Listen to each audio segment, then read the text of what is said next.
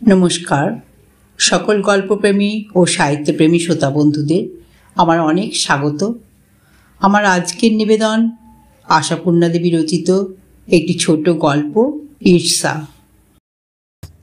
সুজাতার ঘরের বড় আয়নার সামনে দাঁড়িয়ে সুমন্ত একটা ছোট চিরুনি দিয়ে জোরে চুল আঁচড়াচ্ছিল, অথবা বলা যায় আঁচড়েই চলছিল, কারণ তার মাথায় চুলের যা চাপ তাতে তাঁত বসাবার মতো দাঁত ওই খুদে চিরুনিটার নেই।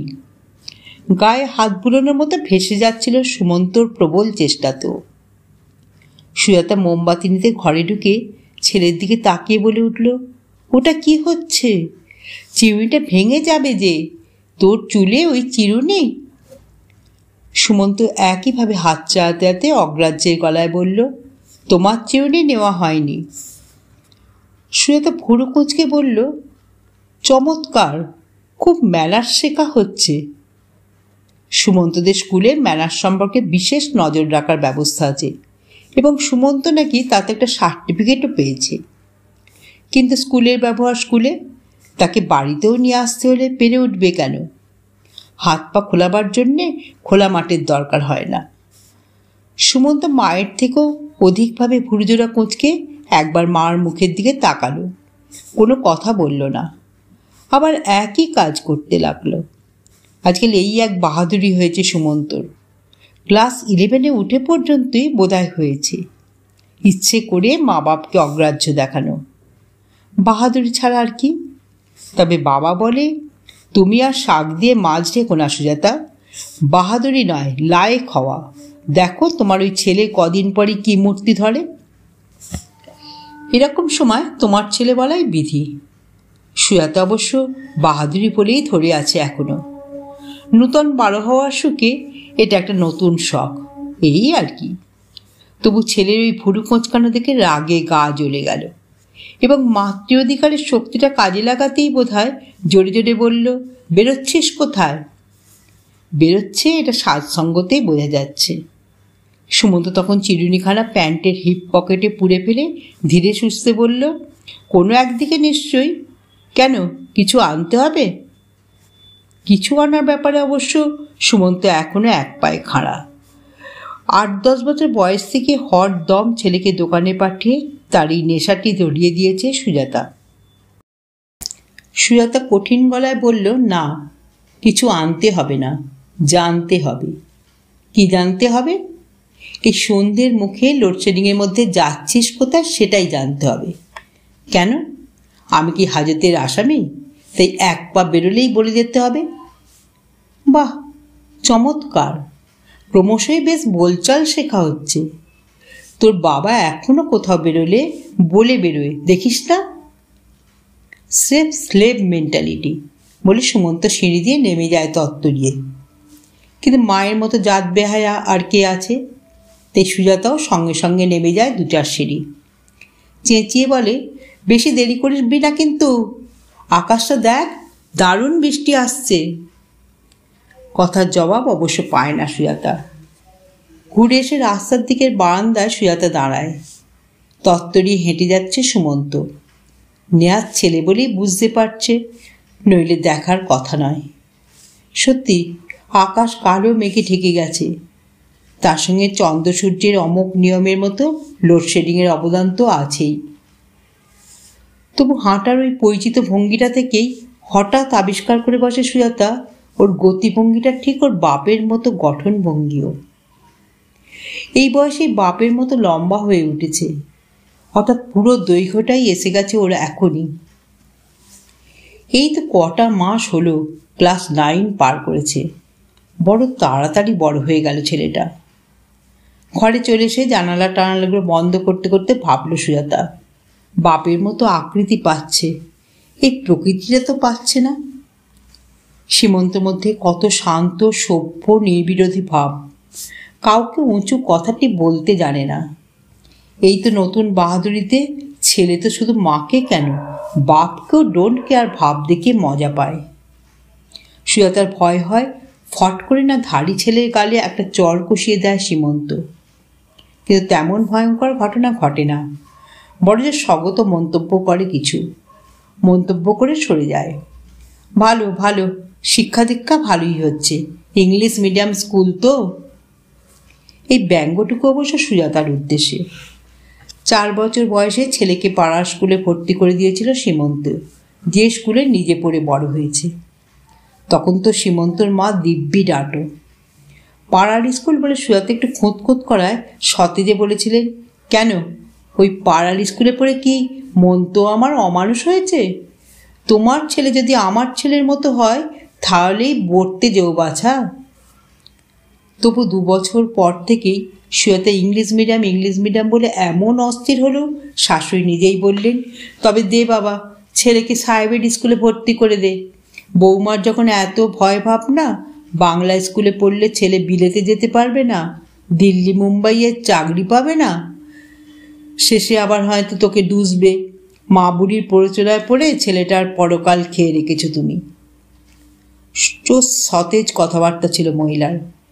হয়তো সেই জন্যই সীমন্তর স্বভাবটা এত শান্ত। বলতে গেলে মায়ের আওতাতেই তো জীবন কাটল।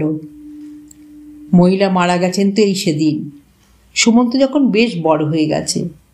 আড়লে মায়েতে ছেলেতে সীমন্তর মাতৃভক্তির প্রাবল্য নিয়ে হাসাহাসি করেছে। সুজাতা বলতো, ঠাকুমা বলেছেন, ও বাবা, মাতৃভক্তি বিদ্যাসাগর ওরা নড়চড় করতে পারেন। সুমন্ত হাসত হি করে। আবার মায়ের অসুখের সময় সীমন্তর অস্থিরতা দেখে চিন্তাও প্রকাশ করেছে। মা বাপ তো মানুষের চিরদিন থাকে না, ঠাকুমা গেলে তোর বাবা যে কি করবে। কিন্তু আশ্চর্য, মায়ের মৃত্যুর পর কোনো অধীরতা দেখা গেল না সীমন্তের মধ্যে, বরং আরও বেশি শান্ত হয়ে গেল। পরিবর্তনের মধ্যে 7 জন্মে পুজো পাঠ সন্ধ্যা গায়ত্রীর দিক দিয়ে যেত না, সেটাই হয়েছে। অবশ্য মায়ের ঠাকুরঘরের দুর্দশা দেখতে পারবে না বলেই। অশৌচান্তের পর থেকেই সীমন্ত সকাল সন্ধ্যে দুবেলা মায়েরই পুরনো একখানা গরদের স্থান জড়িয়ে উঠে যায় 3 তলায় মায়ের ঠাকুরঘরে। কি করে না করে সুজাতা দেখতে যায় না। তবে সকালে পুজো করে নেমে আসা শাশুড়ির কপালে যেমন ছোট্ট একটা চন্দনের টিপ দেখতে পেত, তেমনই ছোট একটি টিপ সীমন্তর কপালেও দেখতে পায়। ভাত খেতে বসেও রয়ে যায় সেটা, অফিস যাবার সময় মুছে ফেলে। সুমন্ত একদিন হেসে হেসে বলে, বাবা নিঘাত একদিন বোষ্টম হয়ে যাবে মা, দেখো তুমি। সুজাতা তো ছেলের কথায় সায় দেবেই। ছেলেকে নিজের পক্ষে না রাখতে পারলে পৃষ্ঠবল কোথায়? সীমন্তকে তো কোনো দিনই ঠিক নিজ পক্ষ করে তুলতে পারেনি। মরে গিয়েও যেন ছেলের জীবনের বেশ খানিকটা নিজের দখলে রেখে দিয়েছেন সেই পরলোকগতা। অথচ কি বুদ্ধিশুদ্ধিহীন গ্রাম্য মহিলাই ছিলেন। আশ্চর্যই লাগে। সীমন্তকে তো বুড়ো বয়স পর্যন্ত বুকে ধুত্তরি নেড়ে দিতেন, এটি তাঁরই ভাষা। পান থেকে চুন খসলে রক্ষে রাখতেন না। সীমন্তর ছোট বোন খুকুর শ্বশুরবাড়ি ভবানীপুরে, এই ঠাকুরিয়ার বাড়ি থেকে নেহাত কম দূর নয়। তবু প্রতি সপ্তাহে বোনকে দেখতে যাওয়া চাই। কোনো কারণে একটা সপ্তাহ বাদ গেলেই মহিলা অনায়াসে বলতেন, তোর যে একটা বাপ মারা ছোট বোন আছে, সেটা বোধহয় এবার ভুলতে চেষ্টা করছিস মন্তা। আর আশ্চর্য, সীমন্ত রেগে 2 কথা শুনিয়ে দেওয়ার বদলে পরদিনে বোনের প্রিয় খাদ্য গড়িয়াহাটার দোকানের ডালমুট, আমসত্ত্ব, ছনপাপড়ি নিয়ে ছুটত তার কাছে। মাতৃভক্তির পরকাষ্ঠাতেই বোধহয় এখনো হপ্তাহে খুকুর বাড়ি যাওয়াটি অব্যাহত আছে। আজই তো যাবার সময় বলে গেছে, খুব সম্ভব খুকুর বাড়ি হয়ে আসবো, দেরি হলে ভেবো না। সুজাতা বলে ফেলেছিল, এই তো গেলে সেদিন। সীমন্ত কিছু বলেনি, জুতোর ফিতে বেঁধে হাত ধুয়ে চলে গিয়েছে। তা বলে সুজাতার ছেলের মতো ভুরুও কোঁচকায়নি। দেরি হলে ভাবতে বারণ করেছিল সীমন্ত, তবে দেরি করল না, এসেই গেল ঠিক সময়। বলল, খুব বাড়ি বৃষ্টিও আসছে মনে হলো, তাই আর নামলাম না, টানা চলে এলাম। এসেই যথারীতি মায়ের ছেঁড়া গরদ গায়ে জড়িয়ে সবে ঠাকুরঘরে গিয়ে উঠেছে, আর তখনই নেমে এলো সেই বৃষ্টি, যে নাকি এতক্ষণ নাব্য করে ভয় বাড়াচ্ছিল। কিন্তু ভয়ের কি থাকতো যদি সুমন্তও বাড়ি থাকতো?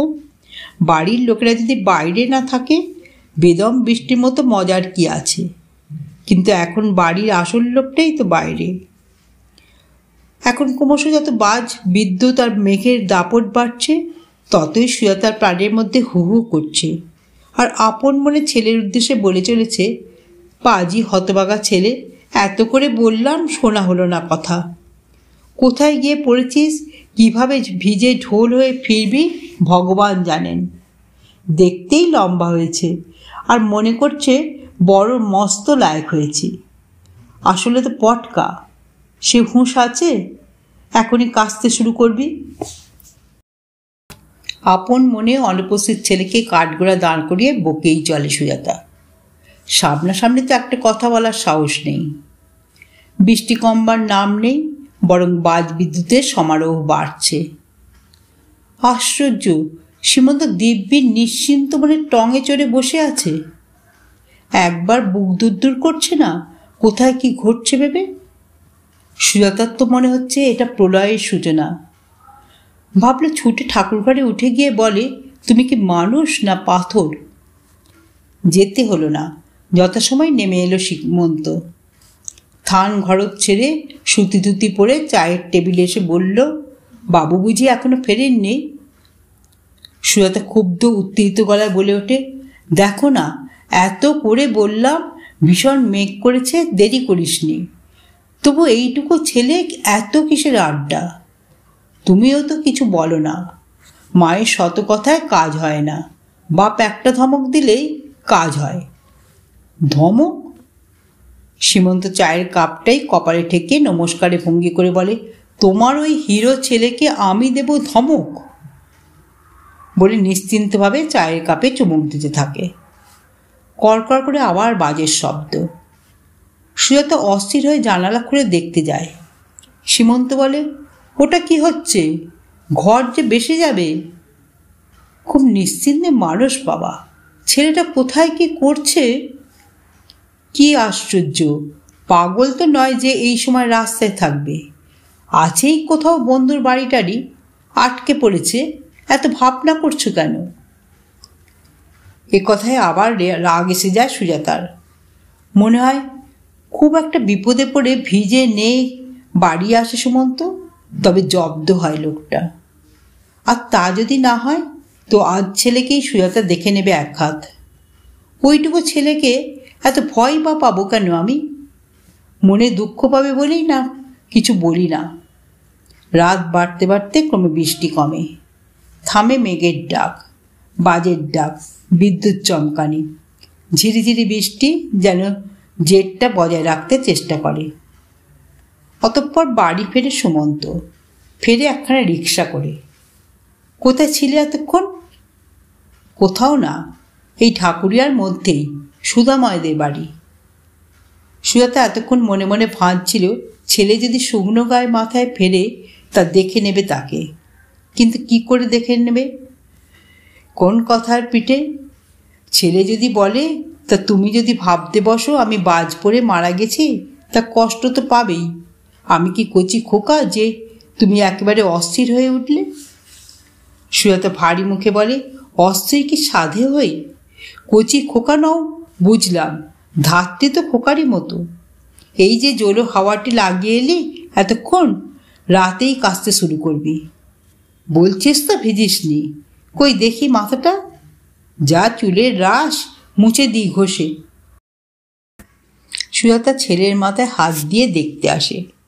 এক ঝটকায় মার হাতটা ঠেলে দিয়ে বলে ওঠে সুমন্ত, আহ, ভেবেছ কি তুমি? বাড়াবাড়ি একটা সীমা আছে, বুঝলে? নিজেই তোয়ালে দিয়ে ঘষে ঘষে মাথাটা মুছে নিয়ে জামা বদলে শুয়ে পড়ে গিয়ে। সুজাতা স্তব্ধ হয়ে তাকিয়ে থাকে। সীমন্তর ঘরের দরজায় এসে একটু হেসে বলে, কিরে, মার উপর রাগ করে না খেয়ে শুয়ে পড়লি? রাগ আবার কি? সুমন্ত পাশ ফিরে বলল, সুধাময়ের মা ছাড়লেন না, জোর করে ওদের সঙ্গে খিচুড়ি, বেগুনি, ডিম ভাজা খাইয়ে দিলেন। ওহ, তাহলে তো আজ তোর মজার দিন গেল। শুনলে তো, সীমন্ত বলে উঠল, বন্ধুর বাড়ি, খিচুড়ি, বেগুনি, ডিম ভাজা। যাক বেচারি, আমরা আমাদের রুটি তরকারি নিয়ে বসি গিয়ে। যথেষ্ট রাত হয়ে গেছে। এখন আর লোডশেডিং নেই। দাঁড়ানে দুটো আলোই জ্বালা। খাবার টেবিলের সামনের দেওয়ালে সীমন্ত মার যে মস্ত ফটোখানা টাঙানো রয়েছে তার উপর আলো এসে পড়েছে। খেতে বসে সীমন্ত যথা নিয়মে আগে সেই ছবির দিকে নীরব প্রণামের ভঙ্গিতে একটু চোখ ফেলে খাবারে হাত দেয়।